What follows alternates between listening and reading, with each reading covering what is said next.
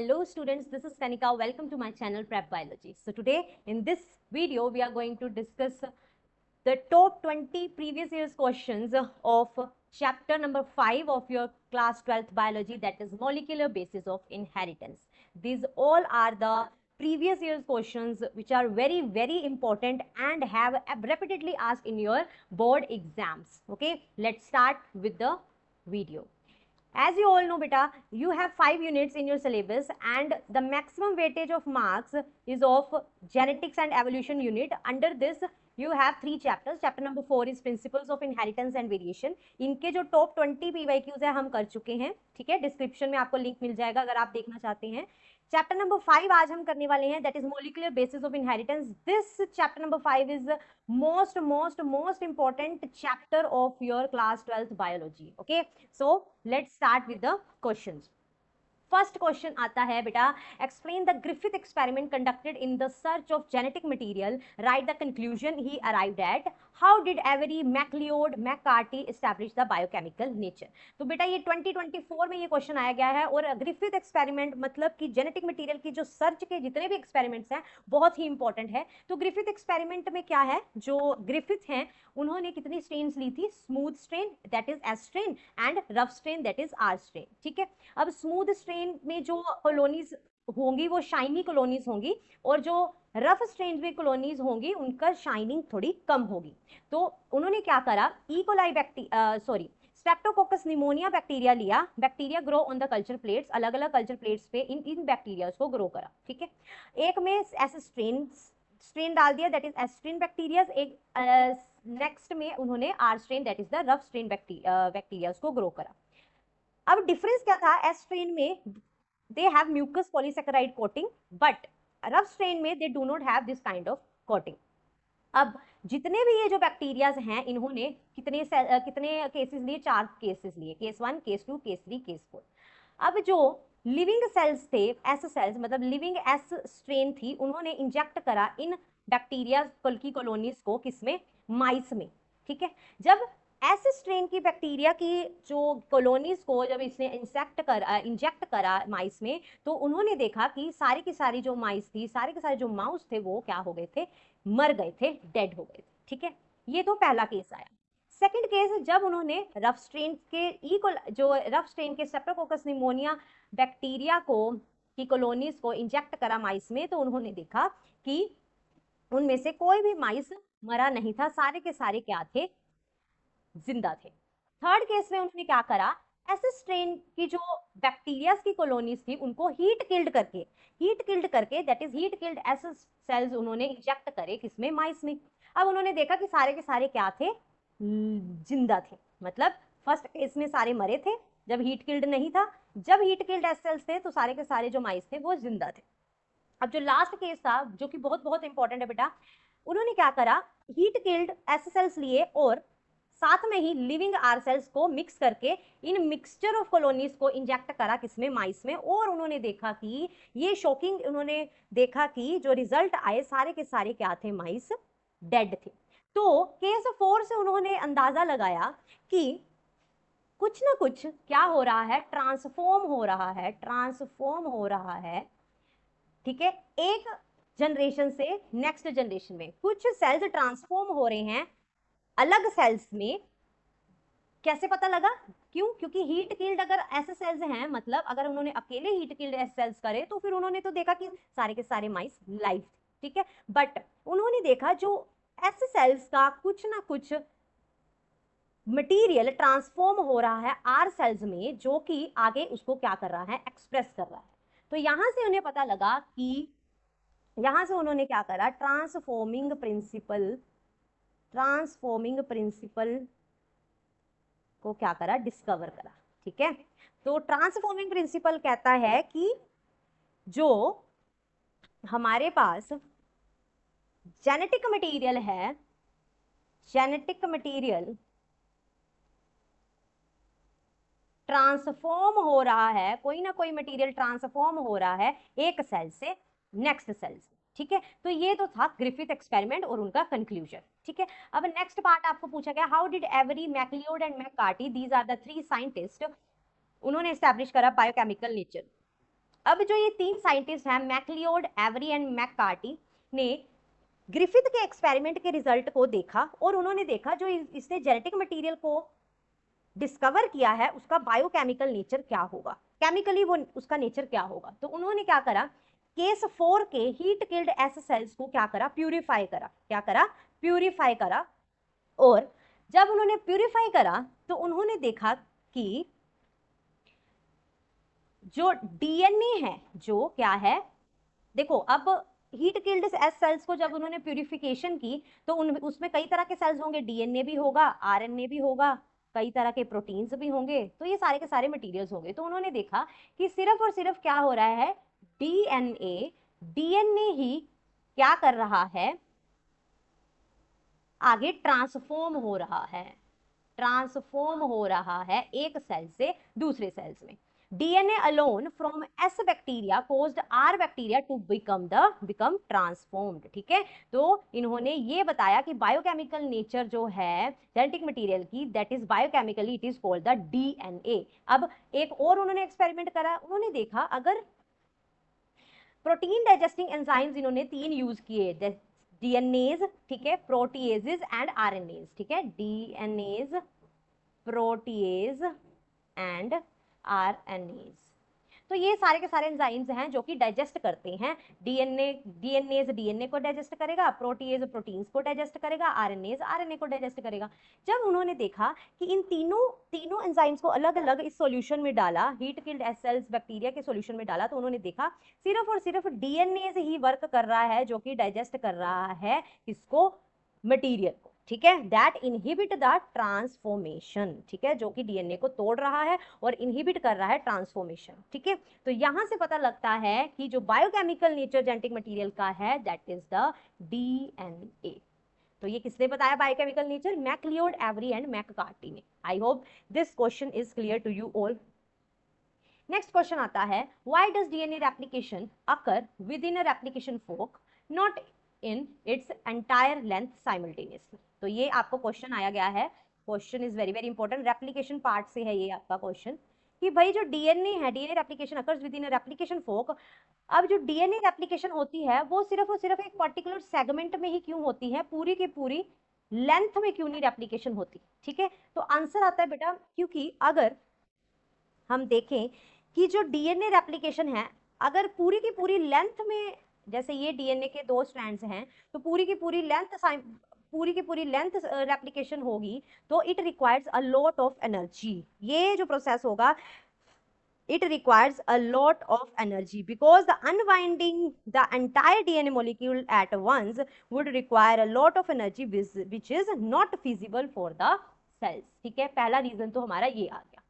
Second reason आता है, if the entire DNA molecule unbound, अगर पूरी की पूरी डीएनए मॉलिक्यूल अनबाउंड होता है एट वंस, इकट्ठा, इट वुड बिकम एंटेंगल्ड। ठीक है, तो एंटेंगलमेंट जो होगी वो बहुत ज्यादा हो जाएगी और रेप्लिकेशन के लिए ये बहुत डिफिकल्ट हो जाएगा। ठीक है, रेप्लिकेशन प्रोसेस के लिए बहुत डिफिकल्ट हो जाएगा। क्यों? क्योंकि अगर एंटायर लेंथ एक ही बार में रेप्लिकेशन होगी तो एंटेंगलमेंट होगी दोनों स्ट्रैंड्स के बीच में, वो बहुत ज्यादा हो जाएगी, जो कि डिफिकल्ट होगा रेप्लिकेशन के लिए। I hope this a part is clear to you all. ठीक है, नेक्स्ट पार्ट आता है, DNA replication is continuous and discontinuous on the 2 strands within the replication fork. Explain with the help of schematic diagram. अब हमें पता है कि DNA replication fork क्या है, this is the Y shaped structure. जब डीएनए रेप्लिकेशन स्टार्ट होता है तो ये वाई शेप्ड जो स्ट्रक्चर बनता है that is called the replication fork. एक साइड कॉन्टिन्यूअस स्ट्रैंड बनता है, ठीक है, एक साइड डिसकॉन्टिन्यूअस स्ट्रैंड्स बनता है। Discontinuous strands in small small fragments को क्या बोलते हैं हम, ओकाजाकी फ्रैगमेंट्स। हमने ये डीएनए रेप्लिकेशन के पार्ट में पढ़ा था। ठीक है, Okazaki fragments, these are the small segments of the DNA which are formed, okay, from the parental strand. ठीक है, तो डीएनए रेप्लिकेशन एक तरफ कॉन्टिन्यूअस चलती है that is called the leading strand, and एक तरफ डिसकॉन्टिन्यूअस चलती है that is called the lagging strand और ओकाजाकी फ्रैगमेंट। ठीक है, ओकाजाकी फ्रैगमेंट्स जो बनती हैं, जो लैगिंग स्ट्रैंड बनता है, इसमें जो प्राइमर बार बार ऐड होता है। ठीक है, ओके, बट लीडिंग स्ट्रैंड में एक बार ही जो प्राइमर है वो आता है और एडिशन करता है RNAs, ठीक है जी। तो this is the schematic representation of continuous and DNA, continuous and discontinuous strands of the DNA, ठीक है। नेक्स्ट क्वेश्चन बेटा, दिस इज द डायग्राम, ये भी 2024 में आपको क्वेश्चन आया गया है, ये डायरेक्ट एनसीईआरटी का डायग्राम डाला गया है। तो identify the picture given below, name the tool under which it was viewed. तो ये पिक्चर आपको दी रखी है, तो आपको बताना है ए पार्ट में कि ये पिक्चर क्या रिप्रेजेंट कर रही है। अब हमें पता है कि एनसीईआरटी में डायरेक्ट ये क्वेश्चन है कि ये पिक्चर क्या कर रही है, ये beads on string, beads on a string, एक स्ट्रिंग, एक माला है और उसमें क्या है, छोटे छोटे बीड्स हैं, ठीक है, मोती हैं। तो ये beads on string structure of chromatin show कर रही है, जो कि हमने कहाँ पढ़ा था, पैकेजिंग ऑफ डीएनए हेलिक्स में, ठीक है। तो क्या है, ये जो बीड्स हैं ये रिप्रेजेंट कर रहे हैं nucleosome, okay, and this Mala string represents the DNA, ठीक है जी। तो beads on string structure of the chromatin it represent, and ये किसका, it was viewed under the electron microscope, EM, electron microscope. B part is what do the dark spots represent in the picture. तो ये जो dark spots हैं, these are the beads. Beads represent करते हैं nucleosome को, ठीक है। Nucleosome क्या है, it is the basic unit of the DNA compaction are formed by the histones, ठीक है। हमें पता है कि भाई कितने सब यूनिट्स होते हैं, 4 सब यूनिट्स होते हैं, H2A, H2B, H3 and H4. These are the 4 subunits of the histones which are present twice, मतलब दो इनके सबयूनिट्स प्रेजेंट होते हैं। तो टोटल इनके कितने मॉलिक्यूल्स होते हैं, 8 मॉलिक्यूल्स होते हैं, ठीक है। तो न्यूक्लियोसोम किससे बने हैं, हिस्टोन से बने हैं, ठीक है। 4 of them occurs in pairs, they are in pairs, H2A, H2B, H3 and H4 to produce the histone octamer, octamer बनाते हैं, ठीक है जी। So this is the answer. I hope this is clear to you all. And how and why they are formed? How तो पता लग गया कि भाई stone से बनते हैं. Why they are formed? For the DNA packaging. DNA packaging. ठीक है जी. I hope this is clear to you all. Next question is, protein synthesis requires the services of all 3 types of RNAs, namely tRNA, mRNA and RNA. Explain the role of each of them. तो हमें पता है 3 तरह के, अब इनके roles बताने हैं आपको। mRNA that is messenger RNA, tRNA that is the transfer RNA, rRNA is the ribosomal RNA. अब mRNA क्या करता है, mRNA responsible for carrying the information from the messenger की तरह काम करता है, it carries the information from genes for the production of polypeptides in the cytoplasm, ठीक है, जो कि एंड में प्रोटीन्स की प्रोडक्शन में हेल्प करता है। नेक्स्ट इज tRNA ट्रांसफर, ये क्या करेगा, अमाइनो एसिड की ट्रांसफर करेगा, responsible for transporting amino acids to ribosomes for the protein synthesis. rRNA क्या करेगा, राइबोसोमल प्रोटीन है, ये क्या करेगा, associate with the ribosomal protein, form the ribosomes. तो ये आपको स्ट्रक्चर जिसके बहुत बहुत इंपॉर्टेंट है, tRNA का स्पेशली स्ट्रक्चर बहुत इंपॉर्टेंट है, कई बार आ जाता है, क्लोवर लीफ लाइक स्ट्रक्चर होता है, ठीक है। तो I hope this is clear to you all. Next question आता है बेटा आपका, given below is one of the DNA segment, आपको ये पूरी की पूरी 3' to 5' DNA segment दे रखी है, ठीक है। अब ये 2 पार्ट्स हैं, A part right its complementary strand. अब हम देख लेते हैं अब इसके कॉम्प्लीमेंट्री स्टैंड्स क्या बने। आपके पास 3' to 5' दे रखा है, तो इसके हम क्या लिख लेते हैं यहाँ पे, nucleotide basis TACG TACG TACG TACG। तो ये आपके पास गिवन है। अब कॉम्प्लीमेंट्री कैसे बनाएंगे हमने पढ़ा है कॉम्प्लीमेंट्री होगा 5' to 3', ठीक है। तो कॉम्प्लीमेंट्री मतलब इसका कॉम्प्लीमेंट्री, थायमिन का कॉम्प्लीमेंट्री एडेनिन, एडेनिन का कॉम्प्लीमेंट्री थायमिन, साइटोसिन का कॉम्प्लीमेंट्री ग्वानिन एंड ग्वानिन का कॉम्प्लीमेंट्री साइटोसिन। तो ये ATGC आगे भी सेम ऐसे ही आ जाएगा, ठीक है, ATGC। तो ये आपका ए पार्ट का आंसर आ गया कि कॉम्प्लीमेंट्री स्ट्रैंड्स का आपने क्या करना है, इसका complementary strand, write the possible RNA strand that can be transcribed from the DNA molecule. अब हमने यहाँ पे ट्विस्ट आ गया है, RNA स्ट्रैंड बनाना है, ठीक है। अब आपको पता होना चाहिए बेटा, RNA स्ट्रैंड जो बनेगा मतलब ये पूरा का पूरा क्या होगा, हमारे पास 3' to 5' हमारे पास क्या होगा, ये डीएनए का स्ट्रैंड है, like TACG TACG TACG TACG, ठीक है। तो ये आपके पास डीएनए का स्ट्रैंड जो आपके गिवन है। बट आरएनए का स्ट्रैंड क्या होगा, हमें पता है आरएनए जो है ट्रांसक्राइब्ड 5 प्राइम टू 3 प्राइम होगा, तो हम स्ट्रैंड कौन सा लेंगे, 3 प्राइम टू 5 प्राइम ही लेंगे। मतलब यहाँ पे अगर हम आरएनए की बात करें तो यहाँ पे क्या आ जाएगा, टी का कॉम्प्लीमेंट्री आएगा एडेनिन, ए का, अब आरएनए में हमें पता है थायमिन नहीं होता है, क्या होता है, यूरेसिल होता है, ठीक है। तो एडेनिन का क्या आएगा, यूरेसिल। सी साइटोसिन का क्या आएगा, ग्वानिन, एंड ग्वानिन का क्या आएगा, साइटोसिन, ठीक है। तो यहाँ पे ए का जो कॉम्प्लीमेंट्री होगा आरएनए में क्या होगा, यूरेसिल होगा, थायमिन नहीं होगा, ठीक है। तो आपको, तो इसके क्या आ जाएंगे, AUGC AUGC, तो ये आपके पास है आरएनए का क्या आ गया, ट्रांसक्रिप्शन के बाद जो आरएनए का स्ट्रैंड का क्या बोलते हैं वो है न्यूक्लियोटाइड बेसिस, वो आ जाएंगे, ठीक है जी। तो दिस इज द आंसर। तो बेटा ये coding, template strand, coding strand, ये आपको पता होना चाहिए क्या क्या चीजें हैं, ठीक है। आरएनए में क्या डिफरेंस है, डीएनए एंड आरएनए में क्या डिफरेंस है, ठीक है। तो ये सारी चीजें आपको पता होनी चाहिए। Next question is, why did Hershey and Chase use sulfur 35 and phosphorus 32 in their experiment, explain। तो आपको हर्शी एंड चेज एक्सपेरिमेंट पता होना चाहिए बेटा, जिन्होंने बैक्टीरियोफेज पे एक्सपेरिमेंट किया था, ठीक है, और उन्होंने बताया था कि जेनेटिक मटेरियल क्या है, डीएनए, ठीक है। तो why did Hershey chase sulphur 35 and phosphorus 32 in their experiment, because sulphur जो 32 है, सल्फर 35 जो कि रेडियो एक्टिव प्रोटीन है, ठीक है, ये जो सल्फर 35 है, इसको इन्होंने रेडियो एक्टिव जो लेबल्ड आइसोटोप्स हैं, किसको लेबल करा, प्रोटीन्स को लेबल करा, एंड फोस्फोरस 32 को किसको लेबल करा, डीएनए को, ठीक है। अब प्रोटीन्स को सल्फर से ही क्यों करा, क्योंकि पता है proteins contain sulphur like cysteine and methionine, ठीक है, बिकॉज प्रोटीन्स क्या कंटेन करते हैं, sulphur like cysteine and methionine, and DNA में क्या होता है, फोस्फोरस होता है, DNA contain the phosphorus, DNA contain the phosphorus, ठीक है। तो ये आपका आंसर आ जाता है।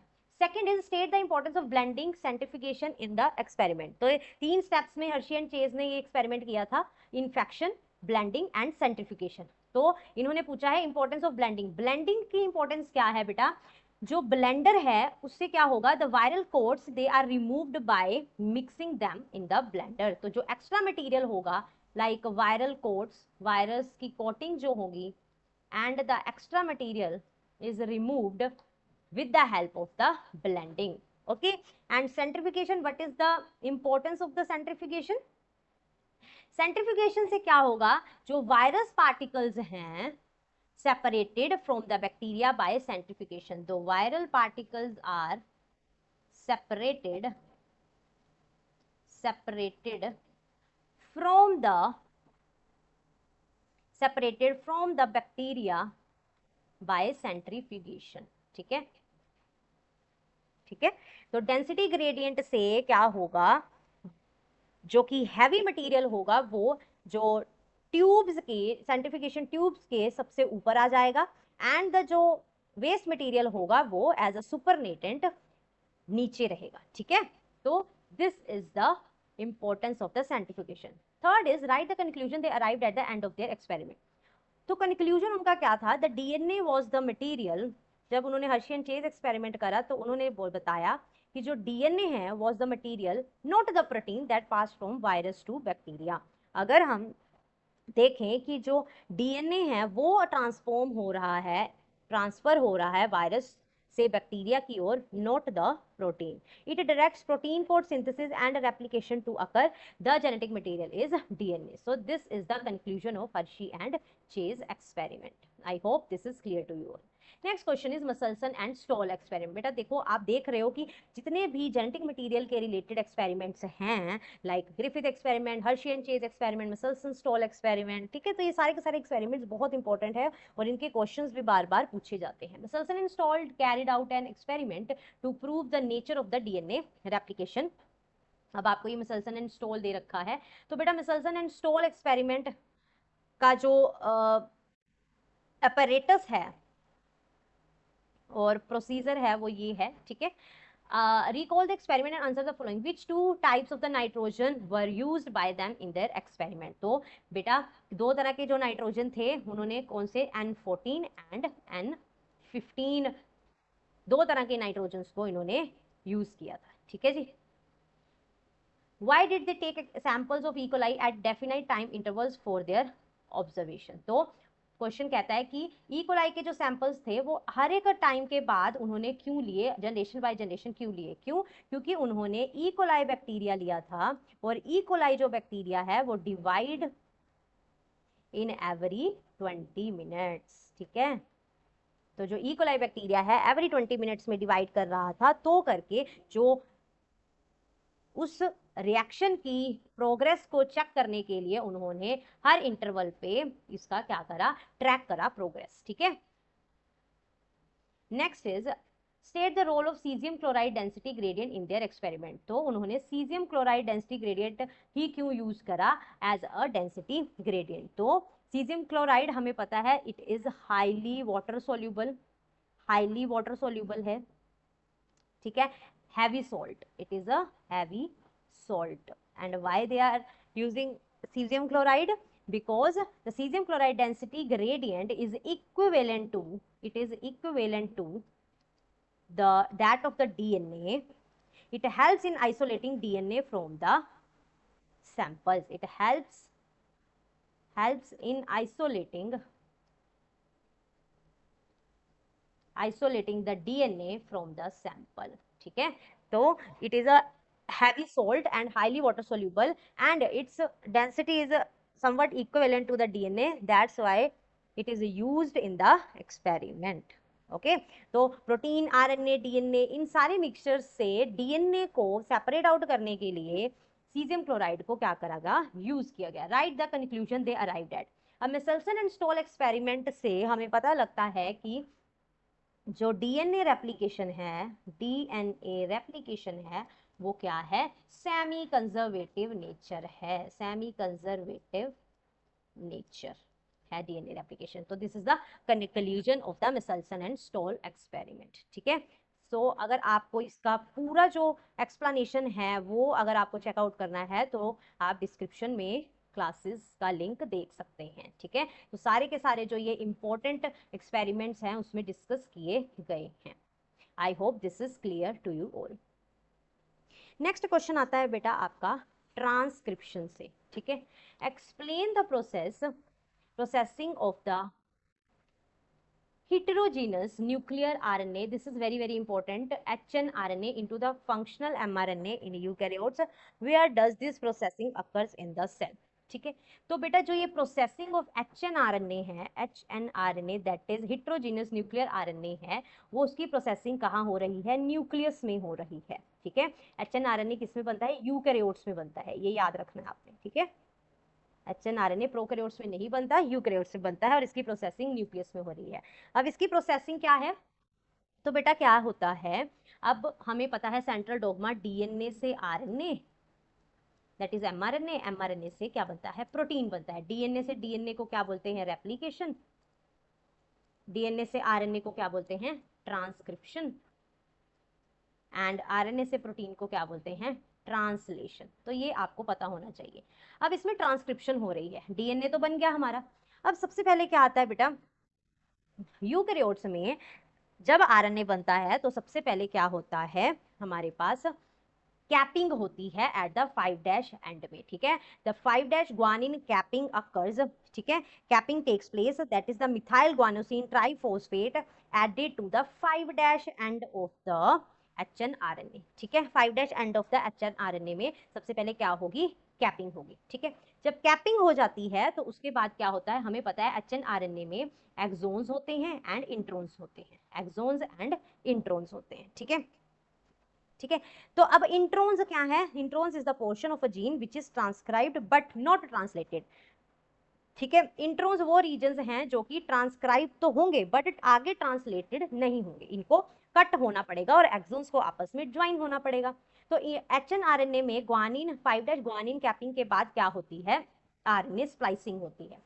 स्प्लाइसिंग क्या है, स्प्लाइस मतलब कट, मतलब इंट्रोन्स को क्या होना होगा, कट होना होगा और एक्सोन्स को आपस में ज्वाइन होना होगा। और जो RNA स्प्लाइसिंग है वो होती है with the help of spliceosome.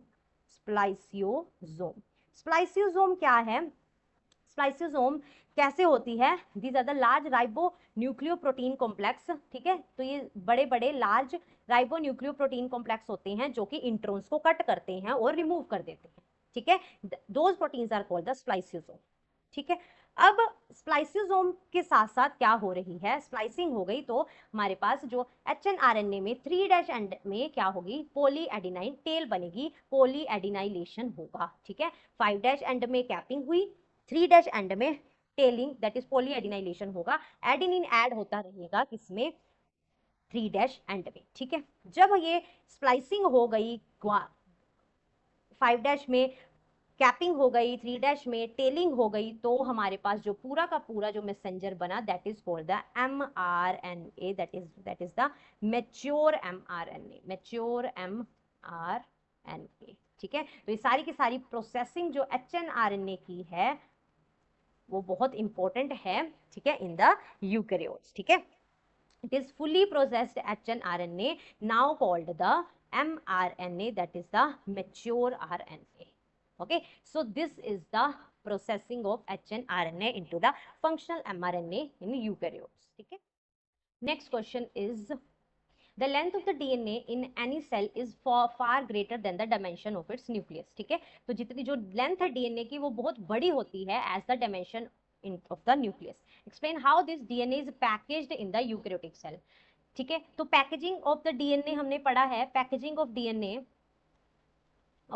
में हमने पढ़ा कि जो length of the DNA as you all can see here बेटा, द DNA की लेंथ कितनी बड़ी है, अब वो क्या होगा, उसको हमने कॉम्पैक्ट करना होगा, कॉम्पैक्ट करना होगा, ठीक है, सो दैट जो न्यूक्लियस में DNA क्या हो, अच्छे से प्लेस्ड हो, ठीक है। तो कॉइलिंग होगी, कॉइलिंग ऑफ DNA अकर्स।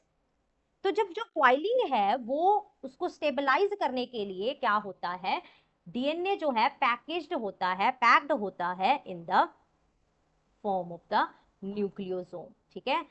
तो न्यूक्लियोसोम किससे बना है, हिस्टोन मॉलिक्यूल से बना है, हिस्टोन ऑक्टामर से बना है, ठीक है। As you all can see this is the DNA and DNA is packed with the help of positively charged units that is called the histone molecules, ठीक है। हिस्टोन मॉलिक्यूल्स हमें पता है 8 मॉलिक्यूल्स होते हैं, H2A, H2B, H3 and H4, ठीक है, जो कि क्या करते हैं, नेगेटिवली चार्ज DNA को पैक करके रखते हैं, ठीक है। तो आपका ये आंसर इसमें आ जाएगा, इसमें आपको पूरा का पूरा पैकेजिंग ऑफ DNA बताना होगा, न्यूक्लियोसोम क्या होते हैं, हिस्टोन ऑक्टामर्स क्या होते हैं, DNA जो है वो कैसे पैक होता है, ठीक है।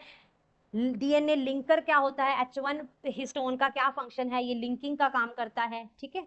तो ये आपका आंसर इसमें आ जाना चाहिए। नेक्स्ट क्वेश्चन है बेटा, given below is the stretch of the DNA showing the coding strand of the, coding strand का आपको स्ट्रेच दे रखा है of the structure gene of the transcription 5' to 3', ठीक है जी।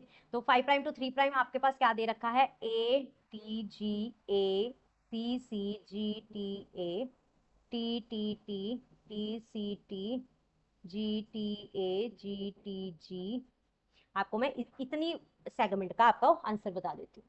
तो हमारे पास क्या है, right the corresponding template strand, आपको टेम्पलेट स्ट्रैंड का कोरस्पॉन्डिंग बताना है, एंड द mRNA स्ट्रैंड। सबसे पहले हम बताते हैं टेम्पलेट स्ट्रैंड का, ठीक है। तो टेम्पलेट स्ट्रैंड का हमारे पास, टेम्पलेट स्ट्रैंड मतलब इसका कॉम्प्लीमेंट्री स्ट्रैंड होगा, ठीक है। तो 5' है तो यहाँ 3' होगा, यहाँ 3' है तो यहाँ पे 5' होगा। तो टेम्पलेट स्ट्रैंड में हमें पता है A adenine pair with the thymine, T adenine, G cytosine, A thymine, C G, G C, A T, A A A A G, A C, thymine, sorry adenine, thymine, cytosine, adenine and cytosine. तो ये आपका complementary आ गया क्या, template strand. अब किसका बताना है, and mRNA strand that will be transcribed. अब एमआरएनए में कुछ और हो जाएगा। एमआरएनए में हमें पता है एमआरएनए के स्ट्रैंड के लिए 5 प्राइम टू 3 प्राइम ये ट्रांसक्रिप्शन होती है। तो 5 प्राइम टू 3 प्राइम की ट्रांसक्रिप्शन के लिए हमें कौन सा स्ट्रैंड लेना होगा, 3 prime to 5 prime. Okay, 3 prime to 5 prime. तो हमारे पास क्या आ जाएगा, 3 प्राइम टू 5 प्राइम ये वाला स्ट्रैंड है। तो हम क्या करेंगे, इसका कॉम्प्लीमेंट्री लेंगे, मतलब थायमिन। तो इसमें क्या आ जाएगा, थायमिन का एडेनिन,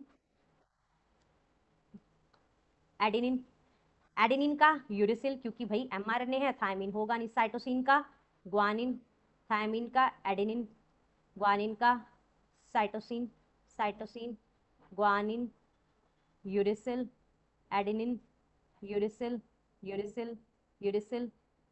ठीक है, तो ये पूरा का पूरा आपके पास क्या आ जाएगा, एमआरएनए का स्ट्रैंड आ जाएगा। I hope this is clear to you all. ठीक है, तो आपने ये याद रखना है, एमआरएनए का अगर पूछा है तो हमारे पास जो पोलैरिटी होगी 5 प्राइम टू 3 प्राइम होगी। तो हम कौन सी स्ट्रैंड का लेंगे, कॉम्प्लीमेंट्री 3 प्राइम टू 5 प्राइम। अगर आपके पास ये नहीं दे रखा, पहले इसका आपको कॉम्प्लीमेंट्री बनाना होगा, फिर उसके बाद ट्रांसक्रिप्शन के लिए एमआरएनए के लिए आपको इसका कॉम्प्लीमेंट्री करना होगा। तो I hope this is clear to you all.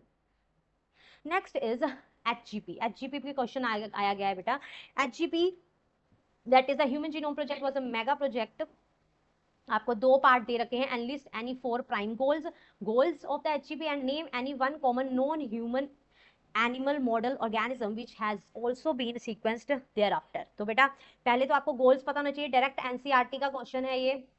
NCERT के 5 गोल्स आपको पता होने चाहिए। Identify all the approximately 20,025 genes in the human DNA, determine the sequence of 3 billion chemical base pairs that make up human DNA, store the information in databases, improve tools for the data analysis. So these are the goals of the HGP. Name any one common non-human animal model. तो बेटा non-human animal model जो है that is the Drosophila melanogaster. Melanogaster is a common non-human model organism which has been sequenced after the HGP. ठीक है, तो ये आपका answer हो जाना चाहिए। नेक्स्ट बेटा एमसीक्यूज है, जो कि डीएनए फिंगरप्रिंटिंग से आपका ये क्वेश्चन बना है। डीएनए फिंगरप्रिंटिंग बहुत इंपॉर्टेंट ये आपका कॉन्सेप्ट आ जाता है। ये इस तरह के क्वेश्चंस देखे गए हैं बेटा। स्टडी द डीएनए प्रोफाइल, आपको डीएनए प्रोफाइल दे रखी है डीएनए फिंगरप्रिंटिंग की। चाइल्ड एक्स एंड 3 इंडिविजुअल, एक चाइल्ड है और इसके 3 इंडिविजुअल्स दे रखे हैं। आपको बताना है कि उसका पॉसिबल पेरेंट क्या होगा। तो बेटा आपको पास ये क्या दे रखे हैं, आपने बैंड्स चेक करने हैं डीएनए फिंगरप्रिंटिंग में। ठीक है, तो जो बैंड सबसे ज्यादा मैच करें किसके साथ, एक्स के साथ, तो वो आपके पेरेंट्स होंगे। तो सबसे पहले की बात करते हैं। पहले में ये 1, ठीक है, ये ध्रुव, देन दिस इज 3, ये इसके साथ मैच हो रहे हैं। ठीक है जी, 3 आ गए। सेकंड देखते हैं, सेकंड इज दिस इज 1, सिर्फ 1 ही मैच हो रहा है एक्स के साथ। थर्ड पे देखते हैं, third parent, this is 1, this is 2 and this is 3। ठीक है, तो इसमें भी 3 मैच किए बैंड और इसमें भी 3 मैच किए। तो हमारे पास पेरेंट क्या आ जाएंगे, 1 एंड 3। तो इस तरह के क्वेश्चंस बेटा आपको देखने को मिलते हैं। Next question is draw a schematic diagram of the lac operon. बेटा जीन रेगुलेशन से क्वेश्चन बना है ये। Lac operon model is very very important बेटा, इसको स्टार लगा लो। In the presence of the inducer in the culture medium of the bacteria. तो आपको जब इंड्यूसर प्रेजेंट है तो उसकी कंडीशन में लैक ऑपरेरॉन में क्या होता है। तो इंड्यूसर अगर प्रेजेंट है तो वो क्या करेगा, रिप्रेसर को इनएक्टिव कर देगा, और जब इनएक्टिव करेगा तो ऑपरेटर पे वो बाइंड ही नहीं होगा। ठीक है, जब ऑपरेटर में बाइंड नहीं होगा तो क्या होगा, स्ट्रक्चरल जीन जो है, स्ट्रक्चरल जीन क्या करेंगे, ट्रांसक्रिप्शन करेंगे इन प्रेजेंस ऑफ इंड्यूसर। ठीक है, एमआरएनए बन गया एंड देन ट्रांसलेशन हो जाएगा। Z जो स्ट्रक्चरल जीन है वो बीटा गैलेक्टोसाइडेज बनाएगा, Y that is permease and A is a trans acetylase. तो in the presence में वो क्या होगा, लैक ऑपरेंड ऑन होगा। ऑफ कंडीशन में भी आपको पता होना चाहिए, ठीक है। तो this is the answer.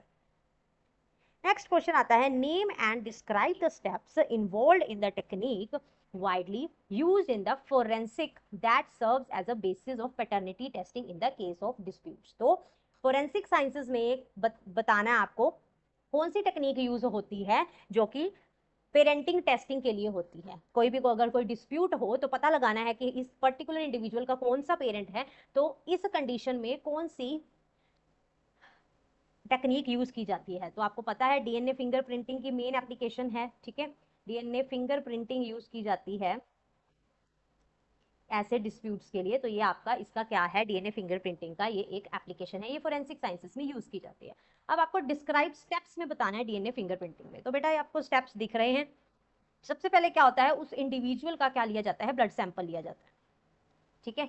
Blood sample लेने के बाद DNA is extracted from the blood, blood से डीएनए एक्सट्रैक्ट किया जाता है। Third step is DNA is cut into the fragments, restriction enzyme की हेल्प से डीएनए को क्या कर दिया जाता है, कट कर दिया जाता है। Next the DNA fragments are separated into bands during electrophoresis in the agarose gel. तो इलेक्ट्रोफोरेसिस की हेल्प से, एगरोस जेल की हेल्प से इसको बैंडिंग फॉर्म में कर दिया जाता है। The DNA band pattern in the gel is transferred to a nylon membrane by the technique known as southern blotting। तो southern blotting एक टेक्निक है जिससे ये जो पूरी की पूरी बेंडिंग है उसको ट्रांसफॉर्म किया जाता है, ट्रांसफर किया जाता है नाइलॉन मेम्ब्रेन में। DNA probe binds to specific DNA sequence on the membrane. तो प्रोब्स जो है वो स्पेसिफिक डीएनए के मेम्ब्रेन में बाइंड कर जाते हैं। Excess DNA probe is washed out, washing करके जितना भी एक्सेस अमाउंट होता है, एक्स्ट्रा अमाउंट होता है, वो वॉश्ड आउट हो जाता है। At this stage, radioactivity probe is bound to the DNA pattern on the membrane। तो radioactivity probes की हेल्प से वो क्या किया जाता है, डीएनए पैटर्न को मेम्ब्रेन में बाइंड किया जाता है। X ray film is placed next to the membrane, membrane के बिल्कुल पैरेलल में एक्सरे फिल्म लगाई जाती है to detect the radioactive pattern, radioactive pattern को डिटेक्ट करने के लिए।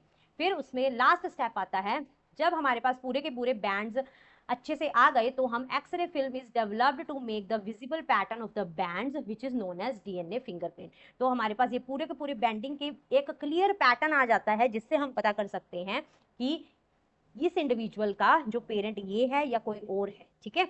तो this is the full steps of the DNA fingerprinting. I hope this is clear to you all. बेटा नेक्स्ट जो क्वेश्चन आता है that is the draw a schematic diagram of transcription unit with the polarity of DNA strand and label coding strand, template strand and termination strand. बेटा this is very very important, ये कई बार question आपका पूछा गया है इस form में और किसी और फॉर्म में। तो ट्रांसक्रिप्शन यूनिट में हमें पता है एक प्रमोटर होता है, एक टर्मिनेटर होता है, ठीक है। प्रमोटर जो होता है उस पर जो आरएनए पॉलीमरेज है वो बाइंड करता है, ठीक है। एंड टर्मिनेटर में टर्मिनेशन होती है, जो ट्रांसक्रिप्शन है वो स्टॉप होती है, ठीक है। अब ये दोनों जो हमारे पास ट्रांसक्रिप्शन यूनिट के यूनिट्स हैं, promoter, terminator and this fragment is the structural gene. अब बेटा देखो दो तरह के स्ट्रैंड्स होते हैं, template strand and second is the non template strand. Template strand की जो पोलैरिटी होती है 3 प्राइम टू 5 प्राइम होती है, तो this is the 3 prime to 5 prime, ठीक है। That is the template strand. And template strand के ऑपोजिट होता है नॉन टेम्पलेट, मतलब कोडिंग स्ट्रैंड। कोडिंग स्ट्रैंड की पोलैरिटी आपको याद रखनी है 5 prime to 3 prime. Coding strand 5 prime to 3 prime, template strand 3 prime to 5 prime strand, ठीक है। और अगर हम स्ट्रक्चरल जीन की बात करें, स्ट्रक्चरल जीन एक सेगमेंट ऑफ द डीएनए है, इतना सेगमेंट ऑफ डीएनए है जो कि क्या होगी, ट्रांसक्राइब्ड होगी, जहां पे क्या होगा, ट्रांसक्रिप्शन होगा, ठीक है। सो this is the transcription unit, okay. आपको पता होना चाहिए प्रमोटर का क्या फंक्शन होता है, टर्मिनेटर का क्या फंक्शन है, what are the polarities of template strand and what are the polarity of the coding strand, ठीक है। So this is the next question is expand VNTR। VNTR बेटा हमने कहाँ पे पढ़ा है, ये आपका जो टॉपिक आता है that is the DNA fingerprinting का ही ये पार्ट है, ठीक है। VNTR क्या है, VNTR means variable number of tandem repeats, ठीक है। तो ये variable number of tandem repeats ये क्या है, these are the short nucleotide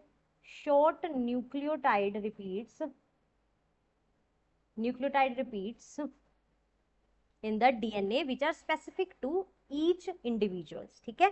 तो हर एक इंडिविजुअल में ये शॉर्ट न्यूक्लियोटाइड रिपीट्स होते हैं जो कि हर एक टाइम पीरियड के बाद क्या होते हैं, रिपीट होते हैं। तो अब इसकी क्या है, रोल बताना है आपको डीएनए फिंगरप्रिंटिंग में।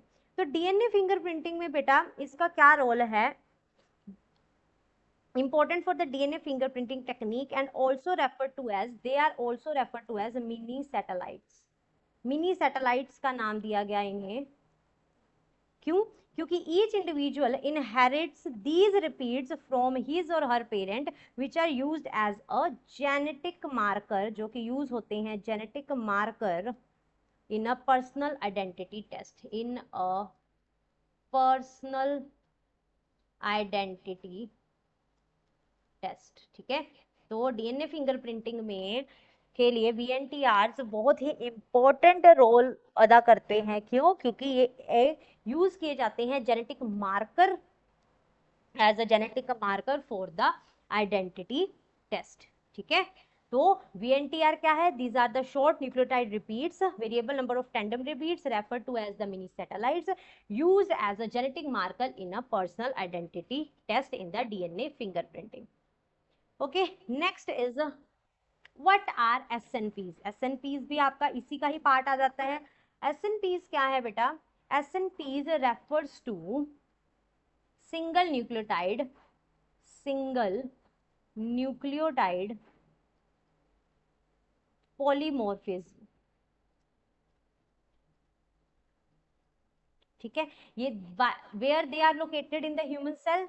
ठीक है, तो ये कहाँ पे लोकेटेड होते हैं? they occurs normally throughout the person's DNA, occurs throughout the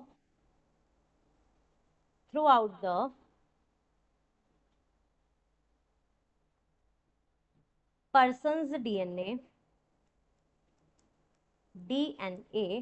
almost once in every 1000 nucleotides। ठीक है, almost once in every 1000 nucleotide।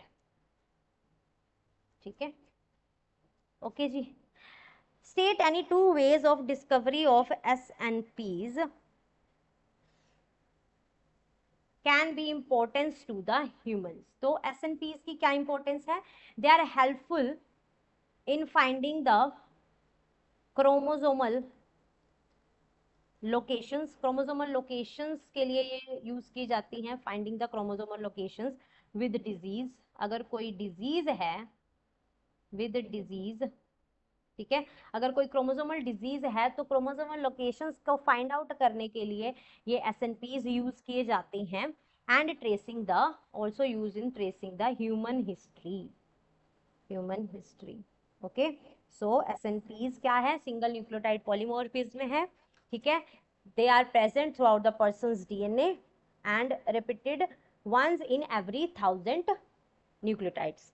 They are used in the chromosomal location, finding out the chromosomal locations with diseases, and also used in finding the human history। Okay, last question is, consider the given data of the hypothetical small portion of the mRNA that codes for a functional polypeptide chain। Answer the question that follows। तो आपको बेटा mRNA that is transcription के बाद के जो chain है mRNA के, आपके पास ये सीक्वेंस दे रखी है। ठीक है, 5 प्राइम टू 3 प्राइम। तो सबसे पहले हम इसको उतार लेंगे, UCA, UUA, CCA, CGA, UUC, UC, UUU, AAA, AGA। तो बेटा ये आपको सीक्वेंस दे रखी है 5 प्राइम टू 3 प्राइम की mRNA। ठीक है, तो आपको क्वेश्चन है, how many amino acids will be formed from the given codon if substitution of U by C takes place at the 5th codon. तो कोडोन हमें पता है ट्रिपलेट्स की फॉर्म में होते हैं। ठीक है, तो 5th कोडोन मतलब 1 2 3 4 5 6 7 8, 1 2 3 4 5 6 7 8। तो आपके पास ये 8 कोडोन्स दे रखे हैं, ठीक है, ट्रिपलेट्स की फॉर्म में है। तो बेटा अब उसने बोला है क्वेश्चन में कि सब्स्टिट्यूशन हो यू की, यूरेसिल की, by cytosine at the 5th codon. तो 5th कोडोन हमारा ये है, तो यहाँ पे साइटोसिन की जगह क्या हो, यूरेसिल हो। तो हम यहाँ पे यूरेसिल लिख देते हैं, यूरेसिल, ठीक है जी। 5th कोडोन में सब्स्टिट्यूशन हो गई यूरेसिल की साइटोसिन की जगह, ठीक है। तो अब आपको बताना है, एक्सप्लेन योर आंसर। अच्छा, how many amino acid will be form from the this codon, ठीक है। तो हमारे पास कितने अमाइनो एसिड्स बनेंगे, 8 अमाइनो एसिड्स बनेंगे, क्योंकि हमारे पास कितने वो हैं, हमारे पास 8 कोडोन्स है, 8 अमाइनो एसिड्स आर फॉर्म्ड। अब कौन कौन से अमाइनो एसिड बनेंगे, सबसे पहले है, पहले कोडोन्स देख लिए, यूसीए। यूसीए कोड करता है किससे, किसके लिए, सेरिन के लिए। पहला अमाइनो एसिड ये होगा। यूयूयू कोड, यूयूए कोड करेगा ल्यूसिन के लिए। नेक्स्ट सीसीए, सीसीए कोड करेगा प्रोलीन के लिए। सीजीए कोड करेगा आर्जिनिन के लिए। ट्रिपल यू कोड करेगा, ट्रिपल यू हमें पता है degeneracy, that is the phenyl alanine, alanine, ठीक है। फिर triple U phenyl alanine, alanine. Next triple A, that is for lysine, and AGA, that is for arginine. तो ये हमारे पास 8 तरह के कोडोन्स हैं और 8 तरह के अमाइनो एसिड्स के लिए वो कोड करेगा। तो इस तरह के भी क्वेश्चन कई बार देखने को मिलते हैं। सो बेटा this is all about today's lecture. तो इन क्वेश्चंस की प्रैक्टिस करके आपको ये पता लगेगा कि कौन कौन से मेन टॉपिक्स हैं जहां से बार बार क्वेश्चंस रिपीट्स हो रहे हैं। आपने इस चैप्टर में से जो जितने भी एक्सपेरिमेंट्स हैं वो आपने एक भी छोड़ना नहीं है। एक्सपेरिमेंटल क्वेश्चंस बहुत आते हैं, चाहे वो ग्रिफिथ एक्सपेरिमेंट हो, हर्शियन चेज हो, मिसल्सन एंड स्टॉल हो, ठीक है।